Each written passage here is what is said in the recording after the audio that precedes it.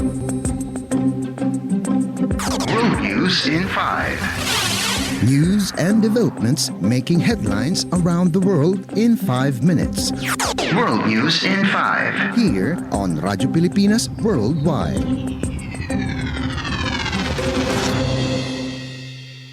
Good day.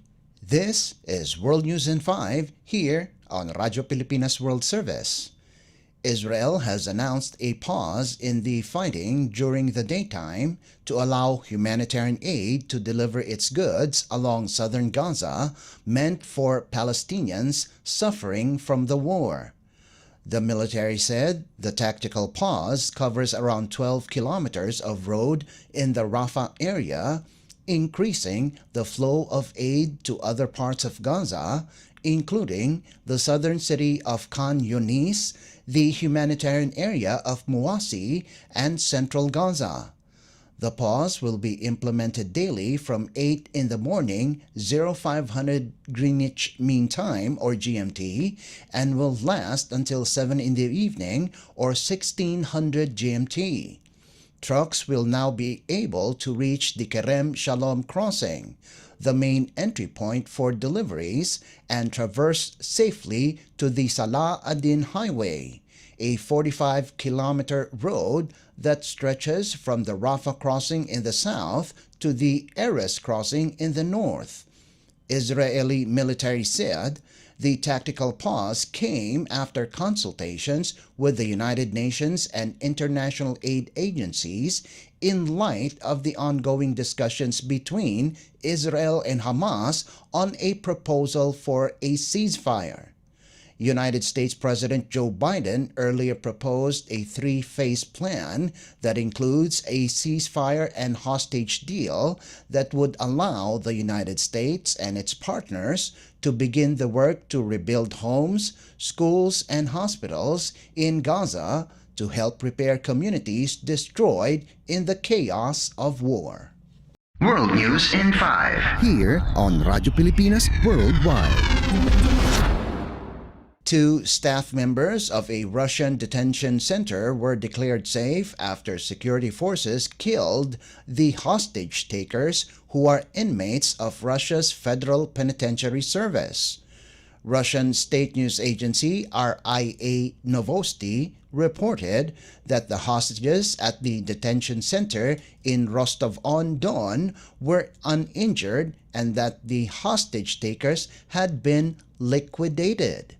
In an earlier report by state news agency TASS, an unnamed law enforcer said 6 prisoners armed with a penknife, a rubber baton, and a fire axe converged in the central courtyard of the said detention center. TASS said several of the hostage takers were accused of ties with the Islamic State or IS group. IS has claimed a number of attacks in Russia, including the March Concert Hall incident, where gunmen opened fire on a crowd, killing 145 people. World News in 5. Here on Radyo Pilipinas Worldwide. And news from the Philippines Foreign Service posts, the Philippine Embassy and the Filipino community, or PhilCom, in Israel gathered to pay tribute to Filipino survivors of the October 7th attacks during the celebration of the 126th anniversary of the Declaration of Philippine Independence in Tel Aviv. Leading the honored guest was Noraline Babadilla, one of the 2 Filipino hostages kidnapped by Hamas terrorists during their rampage in southern Israel last year.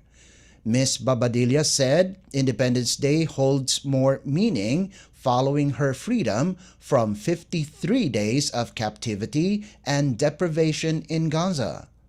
Also present was Mary June Prodrigo, sister of Grace Cabrera, one of 4 Filipinos murdered by Hamas during the attack. Joey Pagsulingan and Monica Biboso, who were both hurt and later rescued from their kibbutz, and Imelda Garin and Rico Basilio, parents of Sergeant Cedric Garian, the Israeli Defense Force soldier of Filipino descent who died in Gaza. Around 250 PhilCom members, agricultural trainees, Filipino priests and nuns, and other religious leaders, as well as private sector partners, trooped to Tel Aviv's Beit Barber Community Center for the June 12th occasion. In his remarks, Ambassador Pedro Juni Lilo Jr. praised the Filipino survivors and offered their courage, resilience, and strength of character as traits worthy of emulation. He also thanked the PhilCom leaders for their help during the outbreak of the war, such as helping gather information on affected Filipinos, opening their homes as shelters, and assisting the embassy in distributing emergency relief. Drawing parallels with Filipino heroes who fought for Philippine independence, Ambassador Lilo lauded the modern-day heroism of PhilCom members.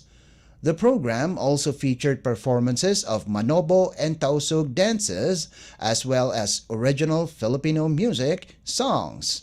The event closed with a traditional lunch, salo-salo, of Pinoy favorites such as Bistek Tagalog, pork barbecue, pansit molo, manggang hilaw at bagoong, and buko salad.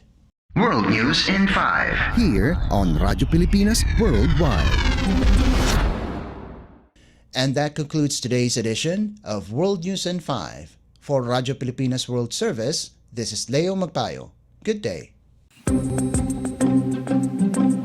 World News in 5. News and developments making headlines around the world in 5 minutes.